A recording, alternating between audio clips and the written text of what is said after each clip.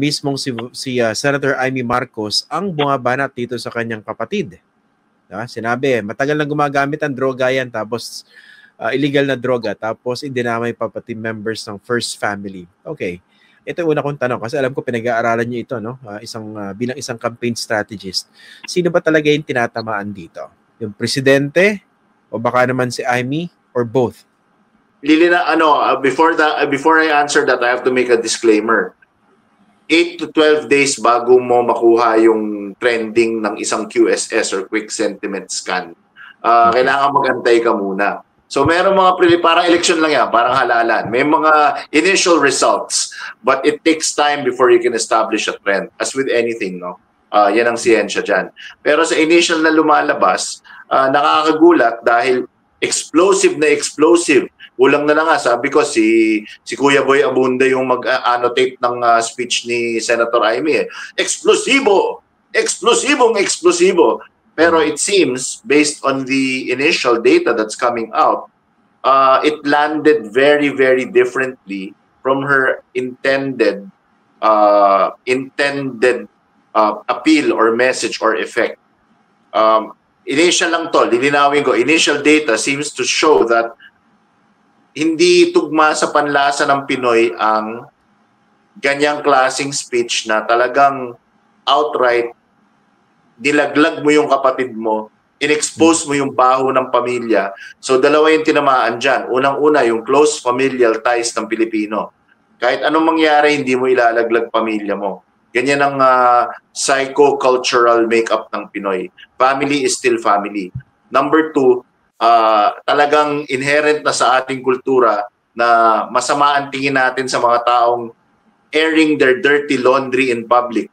Pinapakita sa lahat, sa buong mundo, ang mga kaguluhan at ang mga issue na dapat ay sa tahanan lang. So, inherent na sa atin yan eh. Yun ang medyo lumabas dahil for all the world to hear, binulgar niya. And of course, yun yung initial impact, yung tinatawag natin na impressions or moments of truth para sa mga nakakaintindi ng siyensya. No? Yan yung initial impressions. Now, digging deeper, pumapasok na ngayon yung mga tanong na, teka, kung alam mo ba pala since 2022 na lulong sa droga ang iyong kapatid, ay bakit mo kinampanya? Bakit mo hinayaang tumakbo? At bakit mo ba kinumbinsi ang number one survey placer noon na si VP Inday Sara Duterte na mag-slide down to Vice para magbigay daan kay Pangulong BBM na tumakbo bilang Pangulo, alam mo palang lulong sa droga. So ang naging effect nun, it smacks of self-interest. Hindi siya courage. Iba yung courage iba yung pagiging matapang o may paninindigan. Tumatayo ako para sa katotohanan, ibubulgar ko na lahat versus betrayal. Ang medyo dating dito, betrayal, taksil. So yun yung initial data na lumalabas. Okay. So basically, madaling basahin as far as the public is concerned kung ano talaga yung motibo, kung ano talaga yung intention sa likod nitong expose ni Amy Marcos. Base sa aming QSS o quick sentiment scan, no? But again, the numbers are fluid, pero base sa initial rush, kumbaga ito ay exit polls, first 2 hours, yan yung lumalabas talaga na medyo nagbumarang. Okay. May balik sa kanya, medyo may bumerang. Medyo balik sa kanya at tignan natin yung di ba? Parang the events that transpired afterwards, parang na-validate na yun yung naging gulat factor at medyo naging teka dahil ang simbahan na nanawagan upang magkaroon ng rallying ganon ay kinancel na yung day 3 immediately after she made the speech. Kinancel bigla yung day 3. So, baka sila na-realize nila, teka, balik din sa amin to dahil sa pinagsasabi ng senadora, ano na lang iisipin ng tao sa simbahan namin na nag-endorso kami sa isang kandidato na may knowledge pala na siya ay isang drug user at lulong sa droga.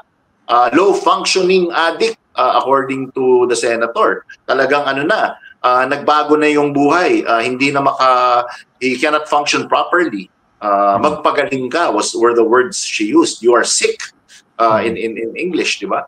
So medyo it left a bad impression and a taste on everybody who knew prior to him running for president. Complicity yon. Alam mo eh.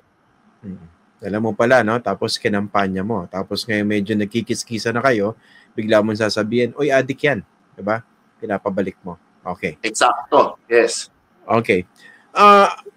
Medyo madali naman kasing basahin itong tila lumalabas na motibo sa likod nitong expose ni Amy Marcos. Mukhang sinasagad nila akusasyon dahil yung mga initial attacks on her own brother, hindi dumidikit, hindi kumakagat, hindi nagmamantya. So mukha ito na yung parang they're trying to push the envelope even further, hindi ba? Detonation of a nuclear bomb ang inasahan siguro nila. Hindi nakuha sa job. Hindi nakuha sa job street ng 3-part video ni Zaldico na pinagdudahan. Na ganun din yung effect. Sayang eh. If you were really out to displace or to really cause a dent in the Marcos administration at tuluyang gusto nyo talagang ma-oust siya, ang daming missed opportunities. Sana hindi na sila kasi nagmalinis. Sana they didn't take the moral high horse road. Kasi ang Zaldico naglabas ng 3 video, binulgar, nagbigay ng mga sensational pictures, pero ang dulo niya is, wala akong kinalaman dyan, hindi ako nakinabang, wala akong dyan sila lang ang nagdakaw, ako mabait. Same with Senator Amy. Lulong sa droga, ganito. Pero ako ay naging mabuting ate. Nagmakaawa ako para sa kanya. I kept the family together. So, medyo, sana kung iba lang yung treatment, tingin ko, baka mas malaki yung tama kay Pangulong BBM. Medyo pagtatanggol ko lang si Zaldico, no? Kasi medyo kinakawawa ni Alan, no? Medyo misplaced yung kanyang banat kay Zaldico, yung sinasabi niya nagmamalinis. Look at the bright side, at least hindi natin nakitang lumabas yung pakpak dun sa kanyang video. At saka yung halo. At least walang ganon, di ba? At saka walang heavenly music, di ba? Hindi tumugtog ng harp. Hindi tumugtog ng harp. Walang harp, di ba? Tapos walang Enya song background. Pasalamat na tayo. Correct. Kailan pala yung canonization ni presumptive saint ni Zaldico? Masarap yata umattend, no? Ang mga balita ko, mga Duterte diehard supporters ay nagsulat na ng official letter to the Vatican na gawin siyang isang santo, to canonize him, and beatify ultimately dahil talagang galit na galit sila dyan sa tao na yan. Not even 2 months ago, talagang siya ang pinaka kinasusuklaman, siya ang pinaka-corrupt, siya ang kasabwat ni Martin Romualdez, siya ang epitome ng lahat ng kasamaan sa buong Pilipinas. Pero 3 video lang, abay, siya ay isang santo. Siya ay isang fighter for truth, justice, and the Filipino people. So, yeah. Baka may sumulat. Okay. So would you consider this as some sort of political miscalculation on the part of the DDS, on the part of Amy Marcos, yung pagsiwalat niya nitong quote-unquote paggamit ng droga ng kanyang kapatid at this stage? Unahin ko on the Senator Amy part, I would think that's very, very, I don't want to say catastrophic, medyo exage naman yon, pero para sa akin, sa akin lang, I mean, ano ba naman ang alam ko, medyo big slip up yon, talagang miscalculation yon dahil anong ending nun? Tignan natin yung 3 major political blocks. Maging reductive tayo at i-reduce natin ang political spectrum ng Pilipinas sa 3. Marcos loyalists. Obviously, ang Marcos loyalists ngayon, naging public enemy number 1 ngayon, si Senator Amy.